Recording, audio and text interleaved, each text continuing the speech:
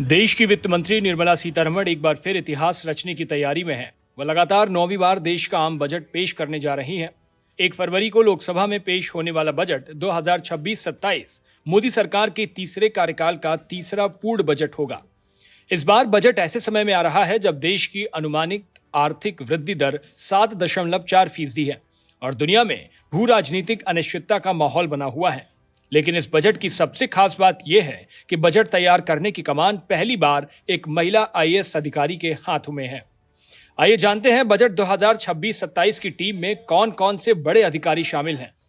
सबसे पहले बात करते हैं अनुराधा ठाकुर की, जो इस बजट की चीफ आर्किटेक्ट हैं। अनुराधा बजट प्रभाग का नेतृत्व कर रही हैं और संसाधनों के आवंटन के साथ साथ 2026-27 के लिए पूरे आर्थिक ढांचे को आकार देने की जिम्मेदारी उन्हीं के कंधों पर है। हिमाचल प्रदेश कैडर की 1994 बैच की आईएएस अधिकारी अनुराधा ठाकुर ने 1 जुलाई 2025 को इस विभाग की कमान संभाली थी। यह उनका पहला बजट है और वह इस विभाग का नेतृत्व करने वाली पहली महिला आईएएस अधिकारी भी हैं। इसके बाद आते हैं अरविंद श्रीवास्तव, जो राजस्व सचिव हैं।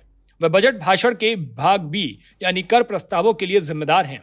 उनकी टीम प्रत्यक्ष कर जैसे आयकर और कॉर्पोरेट टैक्स के साथ साथ अप्रत्यक्ष कर, जीएसटी और सीमा शुल्क का प्रबंधन करती है। हालांकि राजस्व सचिव के तौर पर यह उनका पहला बजट है, लेकिन इससे पहले वह वित्त मंत्रालय में बजट प्रभाग के संयुक्त सचिव रह चुके हैं और पीएमओ में भी अहम जिम्मेदारियां संभाल चुके हैं। सीमा शुल्क और टीडीएस युक्तिकरण की उम्मीदों के बीच राजस्व जुटाने में उनकी भूमिका बेहद अहम मानी जा रही है। वहीं वित्त मंत्रालय के एक वरिष्ठ अधिकारी को खजाने का संरक्षक कहा जाता है। इनकी जिम्मेदारी है सरकारी खर्च और सब्सिडी को तर्कसंगत बनाना, केंद्रीय योजनाओं के क्रियान्वयन की निगरानी करना और राजकोषीय घाटे को नियंत्रण में रखना। अगले वित्त वर्ष के लिए राजकोषीय अनुशासन और दिशा तय करने में इनकी भूमिका अहम है। बात करते हैं हम एम नागराजू की, जो वित्तीय सेवा सचिव हैं।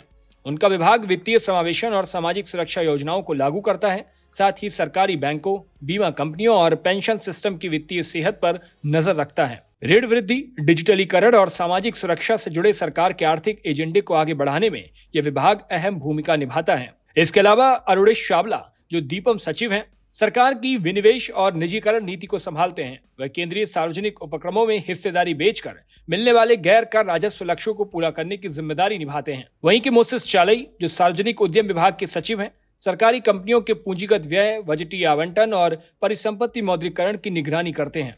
उनका विभाग सरकारी उपक्रमों की कुल वित्तीय सेहत पर नजर रखता है। इन सभी के अलावा बजट में अहम भूमिका निभाता है चीफ इकोनॉमिक एडवाइजर वी अनंत नागेश्वरन का कार्यालय। यह कार्यालय देश की आर्थिक स्थिति का आकलन करता है। कृषि उद्योग और सेवा क्षेत्र के प्रदर्शन से लेकर वैश्विक जोखिमों और आर्थिक सुधारों तक, साथ ही वित्त मंत्री को राजकोषीय नीति और वित्तीय रणनीति पर अहम सलाह देता है। कुल मिलाकर बजट 2026-27 सिर्फ आंकड़ों का दस्तावेज नहीं, बल्कि देश की आर्थिक दिशा तय करने वाला एक रोड मैप है।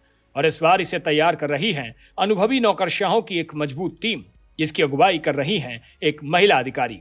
इस वीडियो में फिलहाल इतना ही। बजट के बारे में आप क्या सोचते हैं? अपनी राय हमें कमेंट बॉक्स में जरूर बताएं। देश और दुनिया की बाकी तमाम खबरों के लिए देखते रहिए भारत एक्सप्रेस।